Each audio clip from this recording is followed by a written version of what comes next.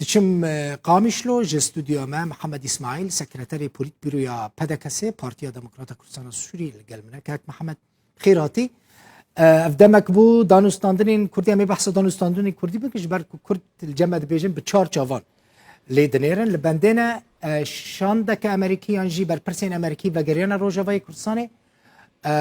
هون لگل وان جیویان یا نا و روشا دانستاندن و پیانکه چیه نا سپاس سلاورش همی تماشاوان را و دست خوشیل کارمندین رو داو دکم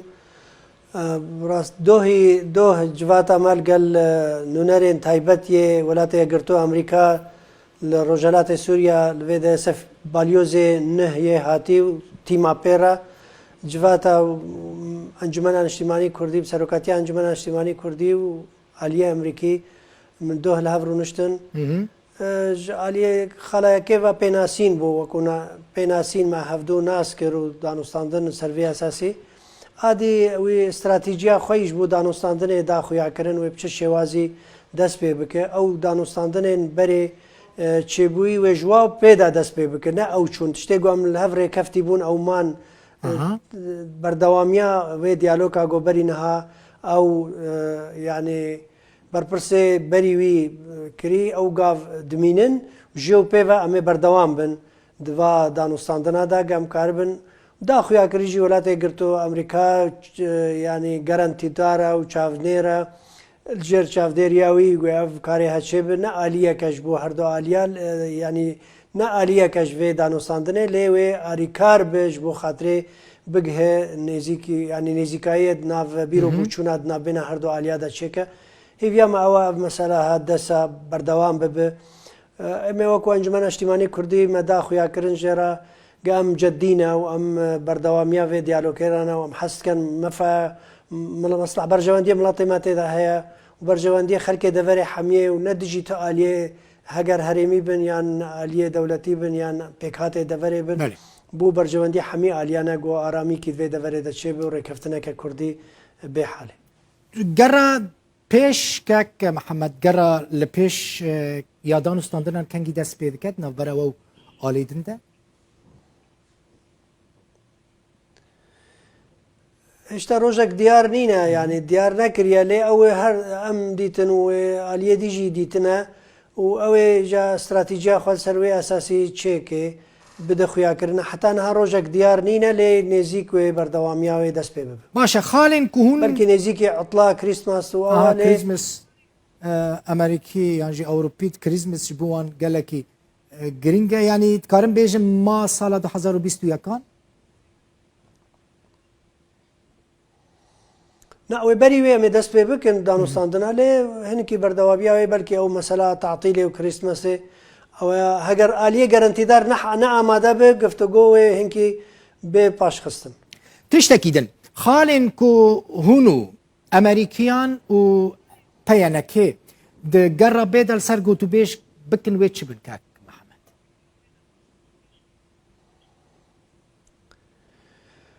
جربه دا ما هنك مسألة إدارية ريفابريه ما هنك خالي ريكفتي كرنا سروا هنك خالي جرينج وسركي ماي بشيوازي بجداربونا انجمن اجتماعي كردي دوی ريفابريه دا از تأكيد كم وماج حمي عليا راجي قوتيا انجمن اجتماعي كردي نهاتيا تفلي إداري وكو حزبكي انجمن اجتماعي كردي آلیه کی سیاسی گرینگه آلیه کی جمهوریه آلیه کی گرینگه معادله سیاسی سوریا دا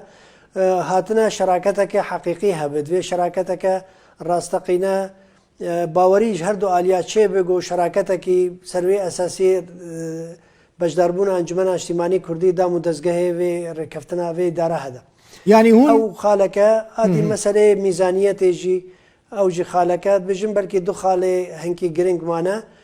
مجوی خلاص ببن پشتی و مسئله لشکری و مسئله پاراستنی آلی دن آماده پرسا لشکری بارا گوتو بیش بکه امریکی جی پشتگیریا گوتو بیش کرنا پرسا عسکری بکن اجتماع افغانستان سر نکریه لی اوه دست پیکاره کفتن عمل سر او تگهشتنین گو مبهو را کرین ڕێکەفتنا دهۆکێ بنگەهەکە باش بگل سەر ئاوا بڕێکەفتن لەسەروی ئەساسی ڕێکەفتنەکە مرجعیەکە مرجعیە و ڕێڤەبەریە ئیدارەیە و هەروە ساروارێ لەشکریە یعنی سێ قۆناغێ vê şêwazê vê rêkeftinê hene beşê leşkerî beşekî giring e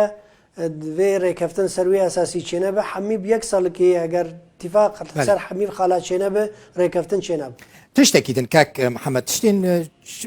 برسين حساسا جدادكم جبر كنت ياك جبر برسين هاري بلندي دنافا انا كسيدة تخوزن في بزانبم هون هين 50-50 دخوازن دباشتار بونا خوادا هون إصراري لسر بينجي دكن ياننا مثلا نه 50-50 مثلا شراكتها راستقي شراكتها حقيقي وقتها او شراكت شيبد دامو دزگه هذا ما نقول يا امي قهوتشي ويا اداراتها وشايتشيا ومستخدمها جي 50-50 بكن مثلا 50-50 ام ندفيدن جهه برياري دفي انجمنا اجتماعي كردي شريكه برياري بشريكه كي بنيفي ما قلت يا مجلس تشريعي وديوان العداله بنيفي بنيفي هيئات ومكاتب تابعي بحرة كردي اموان نيفي بنيفي بن لما نقول يا من موظفه حمي نيفي بنيفي بن واندامه وهركسكي لجهه برياري انجمن هاتيا شراكتها كي بك دوي قبول كرن جم اليه دي جهه بگو شراكتها انجمن اجتماعي كردي سر اساس جهه قرار اموام شريك بنيفي بن باشا هون آمدنا بچن هالبجارتنان لحمو دورين ريفبريا خسر يعني هم روج آواي كردستاني هم جي رقة و دير الزور هون جه هالبجارتنان را آمدنا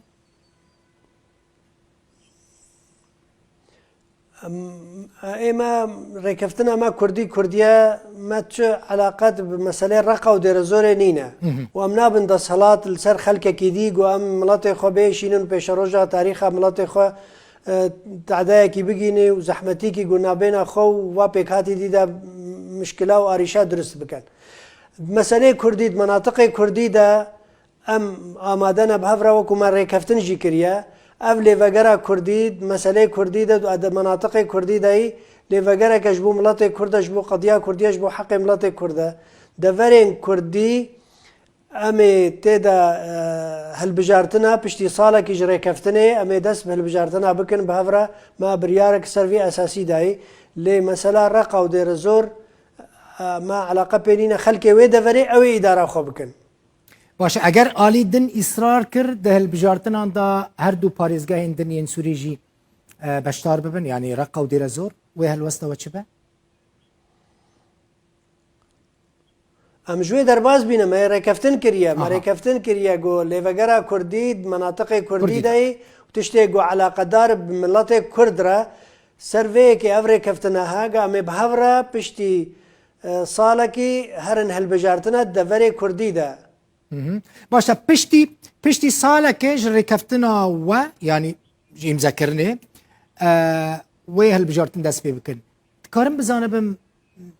اجنده که وجبو مذکرنا و رکفتنه هیا یا نه و دایا پیشی خوا کنگی هونه ریک بکوین والله نديارة يعني نكارم قشبين بم ونكارم خمسار جي بم يعني حتى ما هنك قافي باشي آفيتنا وهنك أصطنقي جديجي هنا وهي خالن هنا ما دانو صاندجي سر نكري اما وكو انجمنا اجتماعي كردي اتكارم بيجم ام جدينا وام برجوانديا ملاطي خدا وام مستعد جبو ملاطي خدا تضحيات جبو جبو قضيه ملاطي خو جبو بشروجا ملاطي كرد هندري كردستان سوريا دا سر كي حتاج ما به سر شوازكي مصلحه ملاطي متى ذهب بشروجا ملاطي متى ذهب پرسا داویش بکم که محمد هون هین شرطکی داتینن پیشیا ان يعني هسه يعني جي بيانكي كو كادروي نج سوريا در كفن مرجك الجموع جبركو بري هون يعني السيرفي مسألة وإصرار ذكر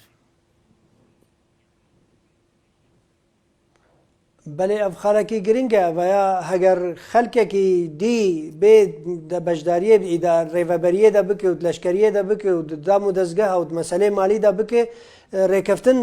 جینا به و تمفانا به امش بو ملاطی خواه بو کسایتیا خلک روجاوا بو رولاوی افدام و دەستگایە حەمید vê خەلکێ ڕۆژاوایە کوردستانم ڕێزگرتن ئێرادا ما و خەباتە ما شێوازێ خەباتە تەفگەرە سیاسی کوردی سووریا بێ ڕێزگرتن لێکردن علااقەتێک چه جهاتێکی تێ تنەبە سەرڤەیەکێ ئەو ئەگەر کاک مەزلوم وێ گوتی بلا ئەو کادرۆ دەرکەون ئەوەژی مەسەلەکی جددیە مشکلا مەیەژی و مشکلا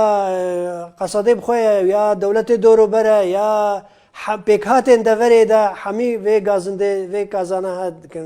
vê meselê dikazînin. gelekî spas Mihemed İsmaîl sekreterê Polîtbîroya PDKSê ji Qamişlo Mîvan bûyî. Zor spas.